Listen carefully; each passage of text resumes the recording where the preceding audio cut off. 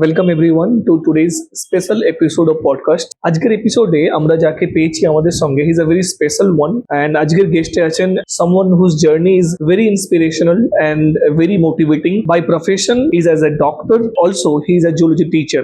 He inspires many students to help they achieving their dreams and help their dream to becoming a doctor. So today in our podcast we have Dr. Rajat Satra. Sir, welcome to the podcast and thank you so much for doing this session. So basically, I'm very sure that আজকে এই সেশনটা আমাদের যারা upcoming NEET aspirants আছে তাদের জন্য very inspirational হবে।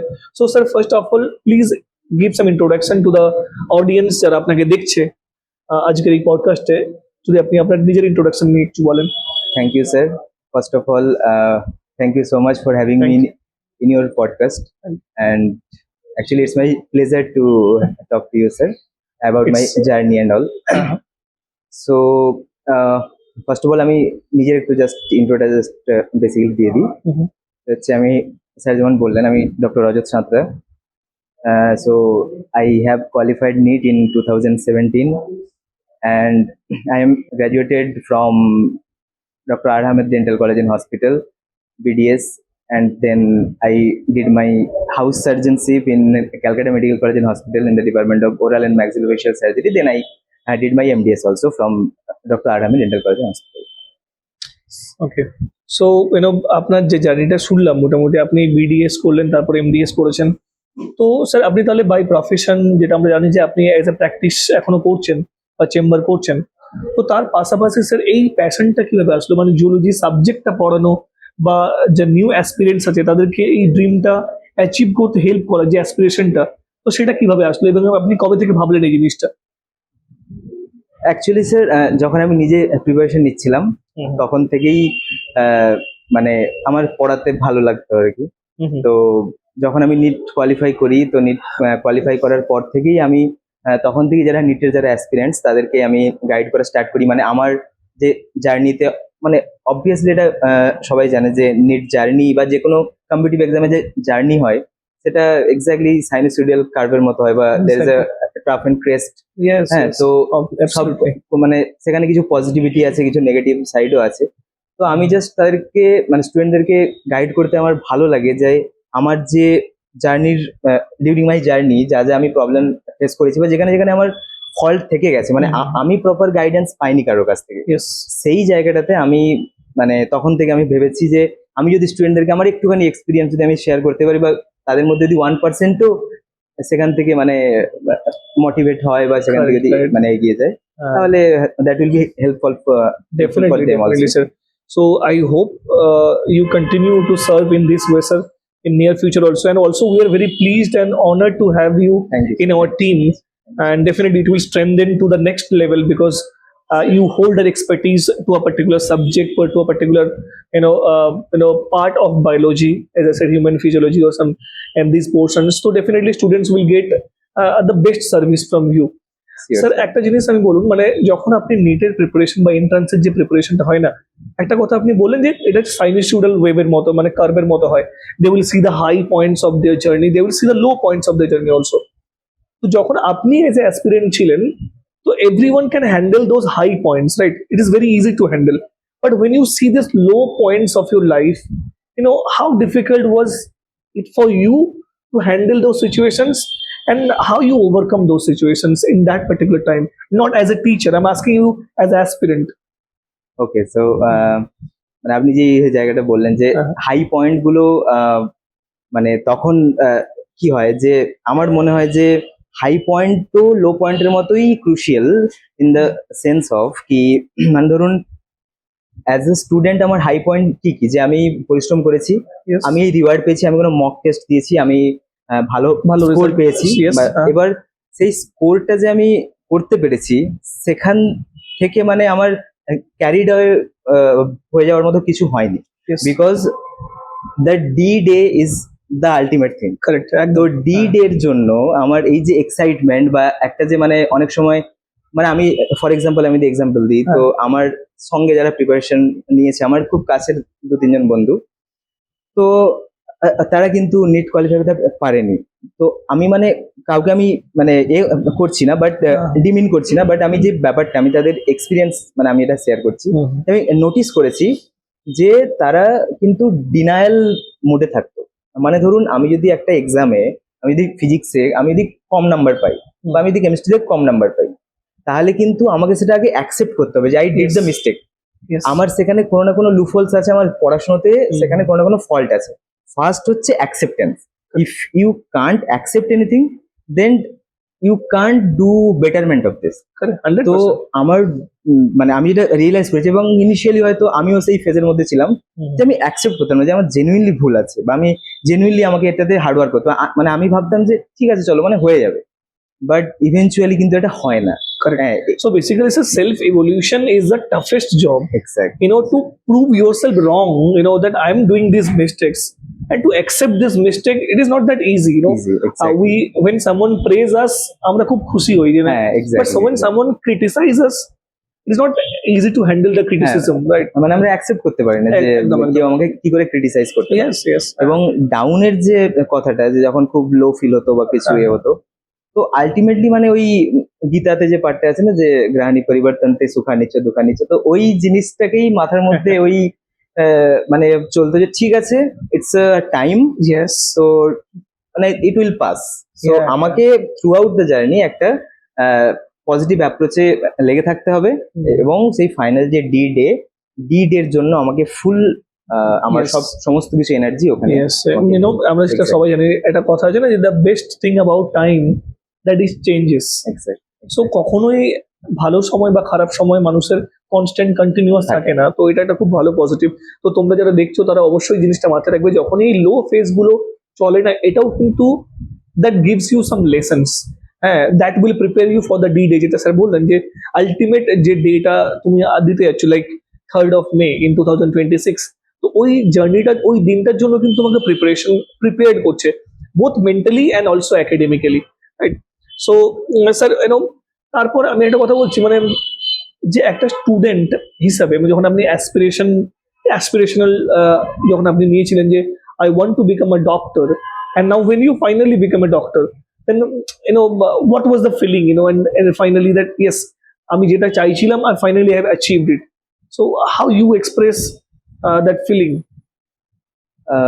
তো sir মানে ফার্স্ট অফ অল আমি যদি বলি ওই ট্রানজিশনটার কথা, যখন আমি প্রিপারেশন নিচ্ছিলাম এবং ধরুন যেদিন সবার র্যাঙ্ক আসে বা তারপরে মানে লিটারেলি তখন একটা জিনিস মনে হয় যে মানে আমাকে আর ওই জার্নিটার থ্রু দিয়ে যেতে হবে না, because it's a tough job. ঠিক আছে, দিনের পর দিন, বিকজ আমি যদি প্রথম কথা আমি যদি বলি, সো নিটের প্রিপারেশন, যে কোনো এক্সামের preparation it's not like a sprint, it's a marathon. Yes. তো ওই যে জার্নিটা মানে রিল্যাক্স ছিলাম যে না আমাকে আবার ঘুরে ওই জার্নিটা করতে হবে না। দেন যে ব্যাপারটা যে আফটার ডক্টর হওয়ার পরে কি আছে, দেখুন ডাক্তার আমি হচ্ছি যদি মানে নিজের সহমতে বা কনসায়েন্সের থ্রু দিয়ে মানে আমি যদি যাই আর কি, তো আমি জেনে বুঝেই হচ্ছি যে ডাক্তারিটা ইটস এ টাফ জব। তো আমাকে মানে এই 4.5 বছর, দেন ইন্টার্নশিপ 1 বছর, আমাকে হার্ডওয়ার্ক করতে হবে, ব্যাক টু ব্যাক আমার ডিউটিস হবে, খাওয়া দাওয়া, ঘুম, তো এইগুলো স্যাক্রিফাইসের থ্রু দিয়ে আমি জানি যে আমি ইভেনচুয়ালি যে আমার ড্রিমটা সেটা আমার অ্যাচিভ হবে। বাট কোথাও না কোথাও মনের মধ্যে একটা স্যাটিসফ্যাকশন থাকে যে আমি অ্যাটলিস্ট মানে লাইফে কিছু একটা করতে পেরেছি, যার থ্রু দিয়ে আমি মানুষকে হেল্প করতে পারি, এবং মানে ডিরেক্টলি মোস্ট ইম্পর্টেন্ট যে ব্যাপারটা, আমি there is a thousand of ways to help. There are a lot of ways to help people. Exactly.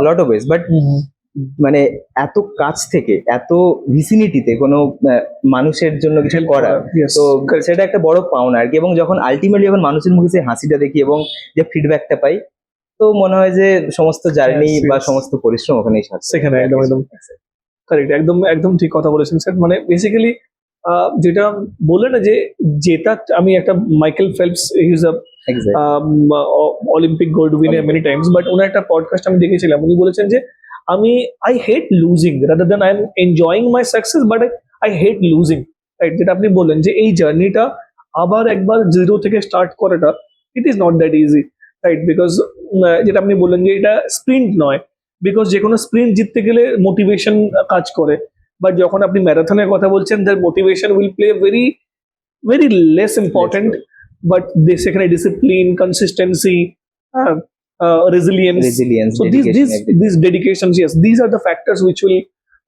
you have to adapt in your attitude or in your body language, so that will keep you motivated throughout the long journey, right? Right.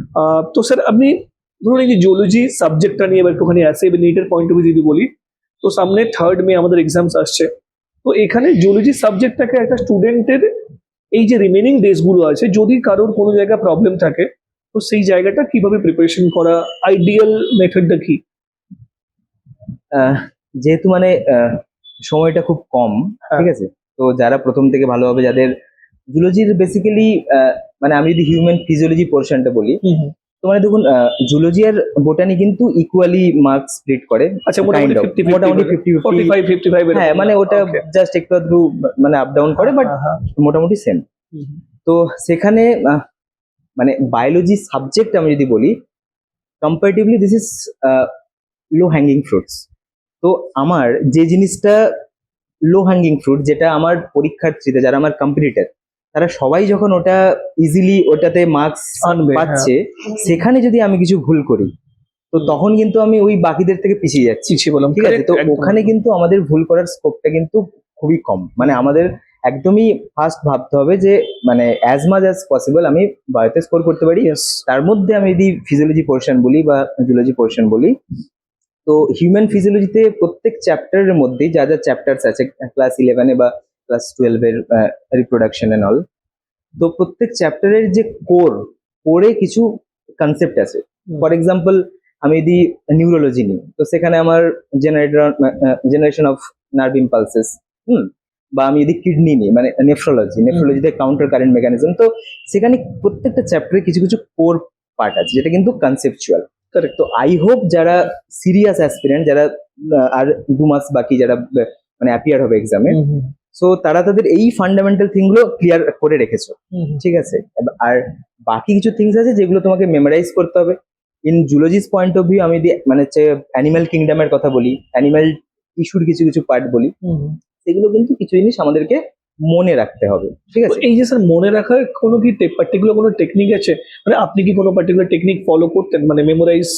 হ্যাঁ, মানে আমি particularly মানে যদি বলেন, তো আমি প্রত্যেকটা চ্যাপ্টারে আমার সেলফ মেড, কারণ কি বলতো বেসিক্যালি যদি আমরা দেখি জিওলজি বা আমি যেহেতু কেমিস্ট্রিতে ইনঅর্গানিক কেমিস্ট্রির যে পোর্শন গুলো, সেখানে কি করি আমরা কিছু ট্রিক বলে দিই যে এই পার্টিকুলার অর্ডারটা ফলো করে, এই ট্রিকটা ফলো করা, সো দ্যাট ওই ট্রিকটার মধ্য দিয়ে আমরা ওই পার্টিকুলার প্যাটার্নটাকে ফলো করবো। তো এইভাবে কি কোনো মেমোরি টেকনিক আছে জিওলজির জন্য, বা আপনি যেটা প্রেফার করেন? হ্যাঁ, মানে প্রত্যেকটা চ্যাপ্টারেই কিছু না কিছু মেমোরাইজের জন্য কিছু নেমানিক্স আছে। তো মানে আমি যখন নিজে প্রিপারেশন নিতাম, তো আমার প্রত্যেক চ্যাপ্টারে সেলফ মেড নোট ছিল, এবং আমি নিজের মতো করে নেমানিক্সটা বানাতাম, মানে যাতে আমার মনে থাকে।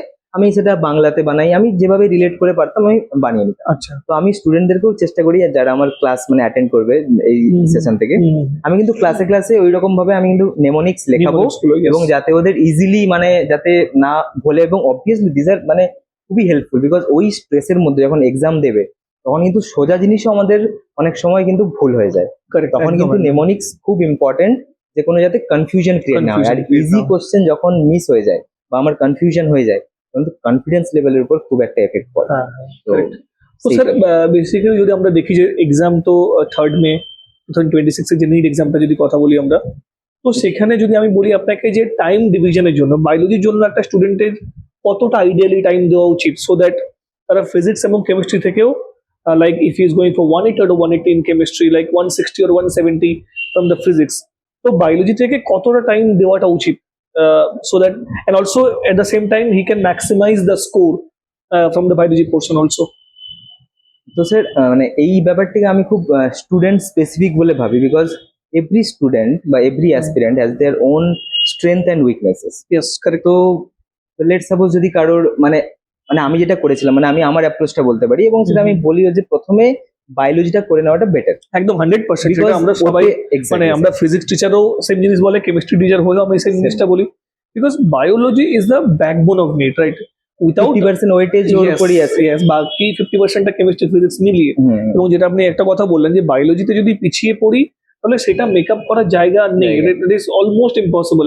বাট যদি কারো ফিজিক্সে উইকনেস থাকে সেটা কেমিস্ট্রি দিয়ে মেকআপ করা যায়, বা কেমিস্ট্রির উইকনেসটাকে ফিজিক্স দিয়ে মেকআপ করা যায়। ফিজিক্সে মানে লেটস সাপোজ ধরুন একটা টাফ কোশ্চেন আছে, হ্যাঁ হ্যাঁ, this is tough for everyone, everyone, yes, তখন সেটা কিন্তু অনেকেই অ্যাটেম্প্ট করবে না, তো করবে না, ওখানে কিন্তু yes. আমার কম্পিটিশনে পিছিয়ে যাওয়ার ভয়টা কম। কম। কিন্তু একটা ইজি বায়োলজির কোশ্চেন বা ইজি যে কোনো সাবজেক্টের কোশ্চেন আমি তো বেসিক্যালি আপনি বলছেন যে কোনো থাম রুল এরকম নেই যে পার্টিকুলার এই টাইমের মধ্যেই বায়োলজিটাকে কভার আপ করতে হবে। মানে যদি আপনি স্প্লিট করেন হ্যাঁ, split টাইমটা, করে তো যদি। অবভিয়াসলি মানে 3টে সাবজেক্টে 1 আওয়ার ইচ দিলে সবচেয়ে বেটার হয়। এবং মানে দেখুন সেখানে প্রসেসে মানে হয়তো কখনো মানে আমি প্রচুর স্টুডেন্টদেরকে দেখেছি যে যারা ধরুন প্রথমে বায়োলজি অ্যাপ্রোচ করলো, এবার বায়োলজি পেপার মাঝে মধ্যে খুব লেন্দি এসে যায়, তো আমার সেখানে হয়তো 1 ঘন্টার জায়গাতে 1 ঘন্টা 15-20 মিনিট হয়ে গেল, তখন তারা নার্ভাস হতে শুরু করে, মানে ওই এক্সাম হলে যে বায়োলজি এত টাইম নিয়ে নিল, আমি ফিজিক্স করে করবো, কেমিস্ট্রি করে করবো। তো সেক্ষেত্রে আমার মনে হয় যে ঠিক আছে, মানে এটা নর্মাল ব্যাপার, এটা সবার যদি জন্য হয়। আমার জন্য মানে আমার প্রিপারেশন লেভেলটাকে আমি এই জায়গাতে রাখবো, যদি আমার ক্ষেত্রে বায়োলজিটা 1 ঘন্টার জায়গায় 1 ঘন্টা 15 মিনিট নিয়ে নেয়, তো বাকি রিমেনিং যারা দিচ্ছে তাদেরও ঠিক ওই প্রবলেমটা হবে, মানে এই তাদের এই প্রবলেমটা কনফিডেন্সটা হবে। থাকাটা খুব এবং দরকার। নিজের যে স্ট্র্যাটেজি, Yes. যে স্ট্র্যাটেজি নিজেকে বিফোর হ্যান্ড, এই যে মক টেস্ট গুলো হবে, হ্যাঁ, যেমন বায়োড একাডেমিতেও যেমন এই যে প্রত্যেক উইকে যে Correct, এত মক correct. টেস্ট হচ্ছে, হুম। এই mock test is the best place to do the net practice actually. একদম। আপনি এটা নেট, অনেক স্টুডেন্টরা না মানে আমাকে বলে স্যার আমার সিলি মিস্টেক্স হচ্ছে, আমি ওদেরকে একটা কথাই বলি যে ইট ইজ বেটার যে তোমার আলটিমেট নিট এক্সাম বা ডিড যেটাকে বলছি আমরা, ওর আগে ওই মিস্টেক্স গুলো হচ্ছে, exactly, because this mistakes you have the opportunity to overcome. এই মিস্টেক্স গুলোকে শুধরে নেওয়ার সময় আছে, বাট আলটিমেট ডেতে গিয়ে যখন মিস্টেকটা হবে you have no chance. Mistakes হোক বা হচ্ছে এক্সপেরিমেন্ট হোক, মানে হ্যাঁ। ধরুন আমি একটা নতুন অ্যাপ্রোচ ট্রাই করলাম যে আমি এইভাবে এক্সামটা আমি অ্যাপ্রোচ করে দেখি হ্যাঁ। যে আমার কেমন রেজাল্ট আসছে, সেটা কিন্তু ওই নিটের দিন নয়। একদম একদম। আমি যা এক্সপেরিমেন্ট করার, আমি যা অ্যাপ্রোচে চেঞ্জ করার, আমি কিন্তু বিফোর হ্যান্ড এই মক টেস্টের সময় আমি করে নেব। Correct, correct. এবং আমাকে যে অ্যাপ্রোচটা বেটার স্যুট করবে, হুম, সেজন্য আমি প্রথমে যেটা দিয়ে স্টার্ট করলাম যে this is absolutely student specific. Students এবং বিকজ আমার স্ট্রেংথ যদি ফিজিক্স হয়, মানে আমি যদি ভাবি যে আমি ফিজিক্স আমি 45 মিনিটসে আমি করে নিতে পারবো, দেন আমি সেখানে হয়তো কেমিস্ট্রি যদি আমার একটু উইক থাকে, আমি কেমিস্ট্রিতে আমার একটু টাইম আমার বেশি লাগলো, ঠিক আছে। তো এইটা মানে প্রত্যেকের ক্ষেত্রে স্ট্র্যাটেজি আলাদা আলাদা, এটা আমার মনে হয়। ওকে ওকে। তো স্যার মোটামুটি আমরা একদম শেষ পডকাস্টের শেষের দিকে চলে এসেছি। তো what will be your final suggestion, বা ফাইনাল অ্যাডভাইস কাম সাজেশন যদি বলি, যারা এক্সাম দিচ্ছে তো তারা কিভাবে এই টাইমটা ইউটিলাইজ করবে, বা how they will quick revision techniques or something, and how they will manage their stress. This is very important. That stress management is the very very important factor, because some students we have seen them. I think in fact আপনিও দেখেছেন যে অনেক highly academically খুব strong, যারা খুব mock টেস্টে ভালো করছে, বাট ওই পার্টিকুলার দিনের যে স্ট্রেসটা, যে প্রেসারটা, সেটাকে হ্যান্ডেল করতে পারলো না পারার জন্য কিন্তু ওই যেটা রেজাল্টটা এক্সপেক্টেড ছিল সেটা কিন্তু আসলো না। তো আপনার কি সাজেশন থাকবে how to handle that stress and go fearless, মানে তার জন্য কি অ্যাপ্রোচ, এই ফিয়ারলেস অ্যাপ্রোচটা হওয়ার জন্য কি করা উচিত? মানে এক্স্যাক্টলি আপনি এটা বললেন যে মানে আমি এখানে দুটো জাস্ট পয়েন্ট বলবো এবং দুটো সাইন্টিফিক আমি মেথড বলবো যে এই টাইমে রিভিশন কিরকম করে করবে। কারেক্ট। দেখুন এক্সাম হলের ওই যে স্ট্রেসটা, ওই স্ট্রেসটা কিন্তু কমিয়ে দেয় অনেকটা আপনার প্রিপারেশন, আপনার confident. If you are confident enough, তো মানে তখন আপনার মনে হবে যে ঠিক আছে যা। এবং আমি এই বিশেষ করে এই লাস্ট 2 months টাইমে আমি বলবো যে your strength point should be more stronger. মানে আপনার যেটা স্ট্রেংথ স্টুডেন্টের, সেখানে যেন কোনো মিস্টেক্স না হয়, যেখানে উইকনেস থেকে গেছে, তো সেটাকে আমি যতটা পারবো আমি বেটার করার ট্রাই করবো, সেটা নিয়ে আমি কিন্তু মানে ডিমোটিভেট কিন্তু হব না, ঠিক আছে। এটা হচ্ছে প্রথম কথা। দ্বিতীয় কথা হচ্ছে মানে এই টাইমে আমি যেটা ক্লাসেও বলে থাকি যে রিভিশনের জন্য যে অ্যাক্টিভ রিকল মেথড বা থট রিডিং মেথড, যেটা কিন্তু খুবই এফেক্টিভ হয় লাস্ট মোমেন্টে, যে আমি একদম চোখ বন্ধ করছি, কোনো বই খুলছি না, জাস্ট গো থ্রু করছি চোখের সামনে টপিকগুলো, টপিক অ্যান্ড পিকচার্স অলসো, মানে পিক্টোগ্রাফিক মেমোরি যেটা, সেটা আমাদের ব্রেনে লং টার্ম মানে সাস্টেইন করে, হ্যাঁ মানে ইমপ্রেগনেটেড হয়ে থাকে। তো আমি জাস্ট ওইভাবে অ্যাক্টিভ রিকল মেথডে আমি রিভিশনের কথা বলি। এবং আপনি এটা বললেন যে স্ট্রেসের কথা, তো আমি এই টাইমে টাইম ম্যানেজমেন্টটা খুব ইম্পর্টেন্ট। এবং মানে আমি যেটা বলি reverse routine in the sense কি, ধরুন আমার 3rd May এক্সাম, তো আমি 1 মাস আগে থেকে আমি রেডি থাকবো যে আমি 2nd May আমি কি করব, এবং তারপরে 1st May আমি কি করব, এবং সেই রুটিনটাকে আমি যতটা পারবো 70-80% আমার যদি এক্সিকিউট হতে পারে routine, that will be enough, এটা আমার মনে হয়। এবং যতটা টাইম আমি পড়লাম, যতটা টাইম আমি অ্যাক্টিভ রিকল করলাম বা আমি মক টেস্ট দিলাম, তারপরে দিনের কিছুটা টাইম আমি টোটালি টাইম ফ্রি রাখবো আমার ফ্যামিলি বা ফ্রেন্ডস বা আমার যেটা hobby, listening to music, playing cricket or football, whatever, আমি তখন কিন্তু নিটের কথা ভাববো না। কারেক্ট। ঠিক আছে, তো যেটা মানে পোমোডোরো টেকনিকও যেটা বলা হয় যে আমি 60 মিনিটকে 40:20 রেশিওতে ভাগ করে নেবো। ওই 20 minutes I will not think about my studies and all. একদম সে যেটা আপনি বললেন যে স্ট্রেসটাকে ম্যানেজ করাটা খুব দরকার, যে আপনি যে টেকনিক্সগুলো বললেন, আই হোপ এই টেকনিক্সগুলো আমাদের স্টুডেন্টদের খুব হেল্প করবে, এবং যারা অ্যাসপিরেন্টস যারা দেখছো তোমরা এগুলোকে ডেফিনেটলি অ্যাপ্লাই করো তোমাদের প্রিপারেশনের যে রিমেনিং ডেজগুলো আছে।